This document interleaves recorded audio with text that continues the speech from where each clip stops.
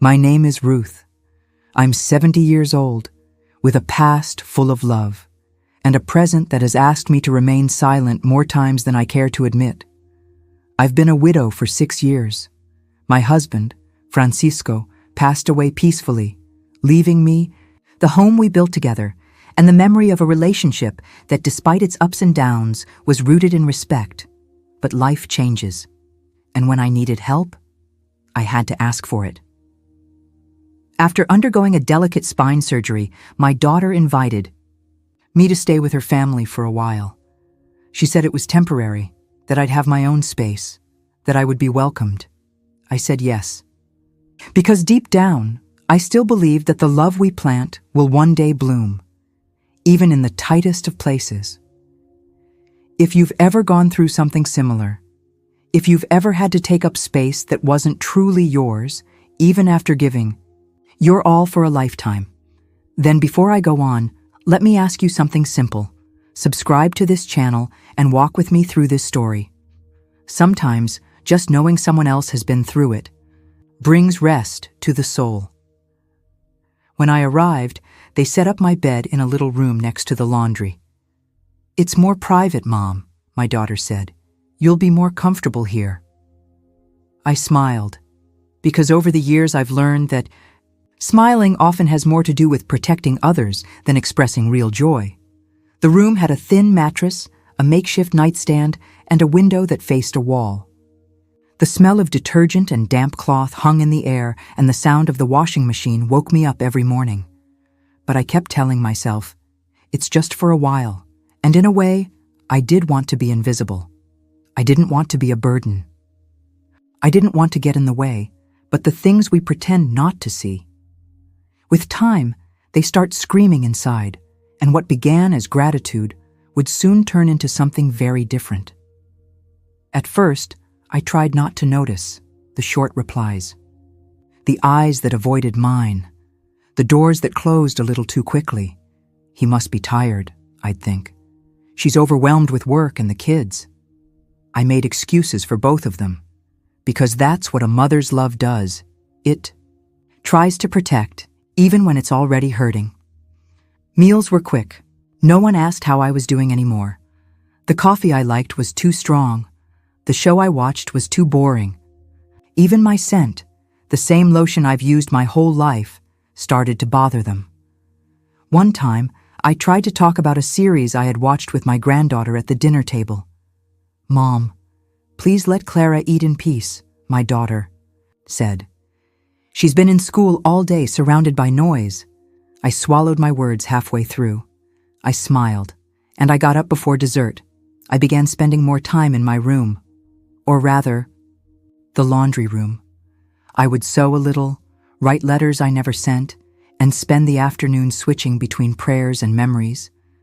But the more I stayed silent, the more I felt like the silence itself was pushing me out of that house.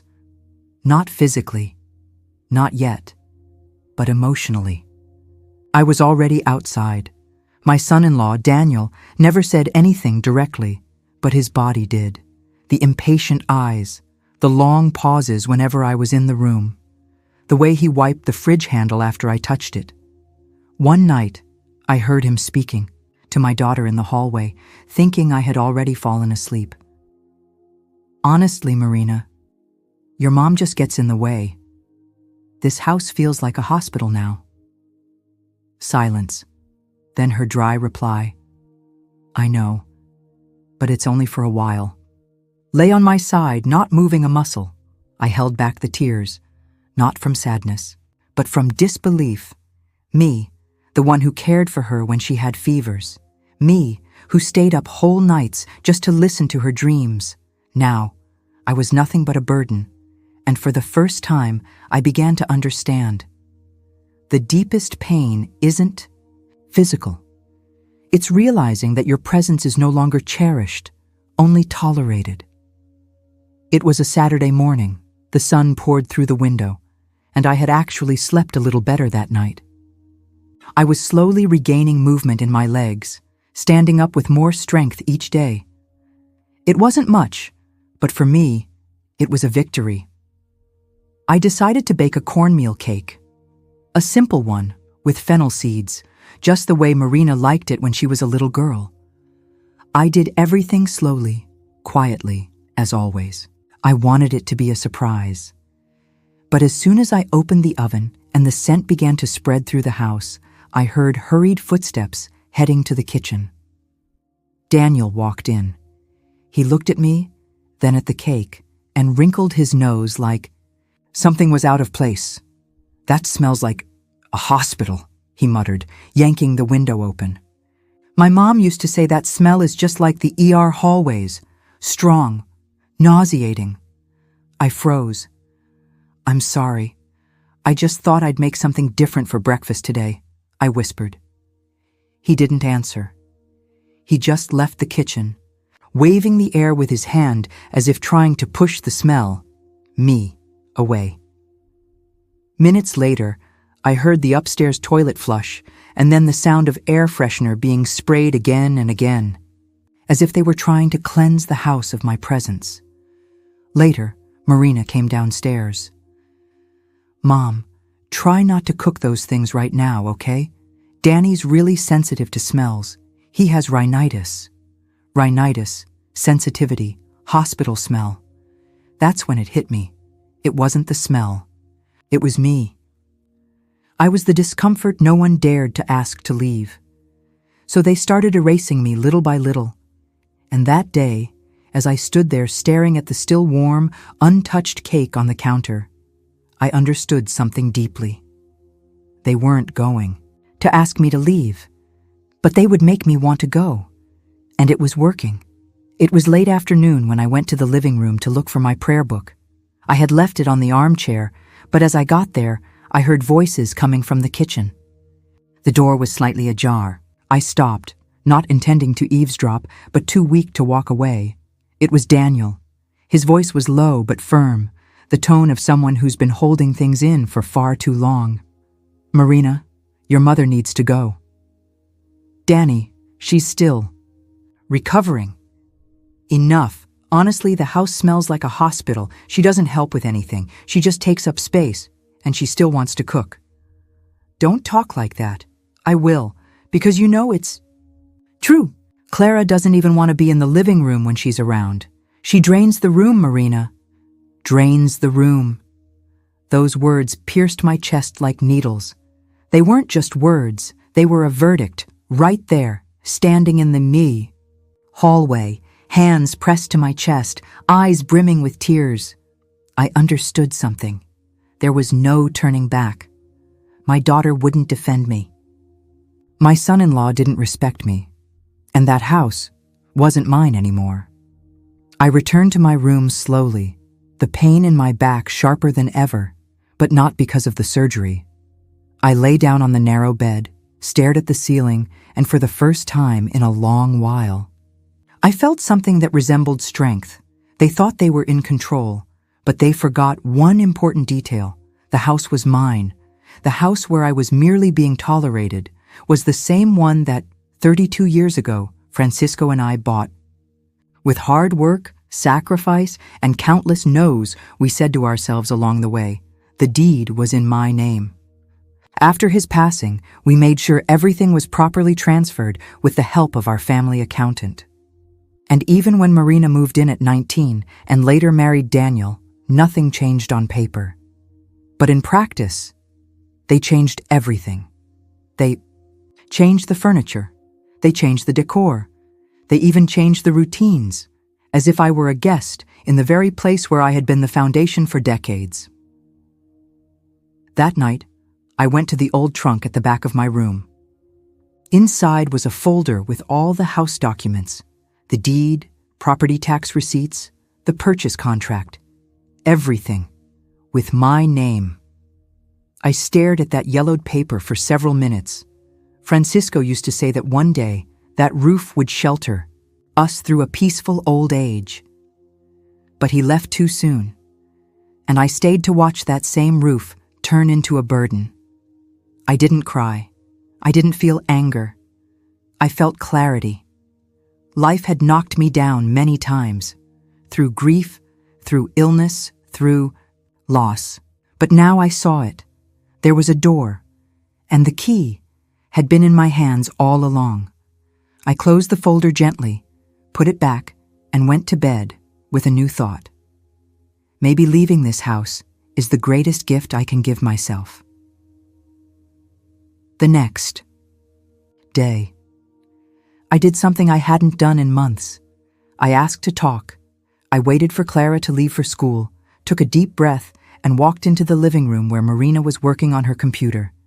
I gently tapped her shoulder. "Sweetheart, can we talk for a minute?" She removed her headphones and paused her typing. "Of course, Mom. Did something happen?" I sat on the couch, trying to find gentle words, because even wounded, I was still a mother, still trying to care. "I heard part of the conversation between you and Daniel last night. I didn't mean to, but I heard." Her face went pale. "Mom." "I'm sorry. He went too far. He was just stressed." "And you?" I asked softly. "Do you also think I drained the room?" She didn't answer. She lowered her gaze, stayed quiet for what felt like an eternity.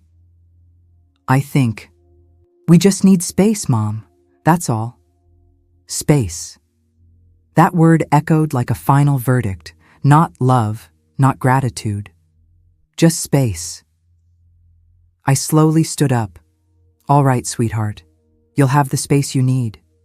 She tried to respond as if realizing the weight of what she had just said. But it was already too late.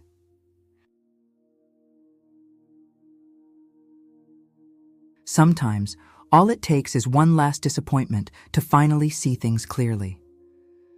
My daughter's silence was more painful than anything my son-in-law had ever said, and in that moment, I knew. It wasn't revenge. It was freedom. The next morning, I called the same realtor who had helped Francisco buy the house so many years ago. A kind gentleman, around my age, who still remembered us fondly. "Mrs. Ruth? What an honor to hear your voice. How can I help?" "I need to sell the house, Silverio." Quietly but urgently. He didn't ask questions. We scheduled a meeting for later that afternoon. I brewed some coffee, organized the documents, and placed fresh flowers on the table. Not for them, but for me. Because even though I was selling the place, I wanted to say goodbye with respect. When Silverio arrived, we walked through the house in silence. Every room whispered memories. Marina's bedroom when she was little, the kitchen where Francisco and I used to dance slowly on sleepless nights, the backyard where I planted my first lavender. "It'll sell quickly," he said. "The structure's solid, and this neighborhood is in high demand." "I'm glad," I replied calmly. "I just ask for discretion. I haven't told my daughter yet." He looked at me with understanding. Didn't ask for details, just shook my hand with quiet firmness. In the days that followed, I welcomed a few discreet visits from potential buyers while Marina and Daniel were out. People who were interested. People who saw value where the current residents only saw inconvenience. 2 weeks later, the sale was finalized. The money was in the account, the contract was signed, and me? I kept washing my cloths, making my tea, tending the garden, like someone who knows they're about to leave, but won't leave a mess behind. That night, I sat on the edge of my bed and wrote in my notebook, "They think they erased me." Little do they know. It was in that silence that I rebuilt myself. It was an ordinary Wednesday. Lunch was ready. Rice, salad, and grilled chicken, just the way Marina liked it. The house was clean, silence hung in the air and in my purse. All my documents were neatly organized. At 6:20 p.m., I heard the key turning in the door. Clara came in first, talking about school. Right behind her was Marina, phone in hand.